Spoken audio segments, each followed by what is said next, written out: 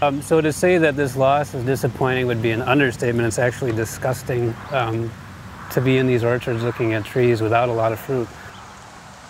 In the end of March, after we had a week and a half of 70 or 80 degree temperatures, we got down below freezing and for a long duration of 8 hours or more.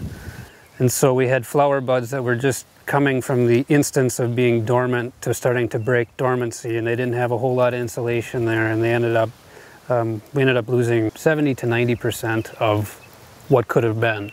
And then what was left, we lost with more than a dozen freezes. So that's what leaves us in the situation we're in. So out of every flower bud or cluster of buds, this would have had 3 or 4 different flowers in it. And if it would have been a full crop, there'd be a cluster instead of just a single cherry. And then the next flower bud would be a cluster. And so you'd basically have ropes of cherries going back the older growth. It either killed the entire cluster or it killed 3/4 of what's in the cluster.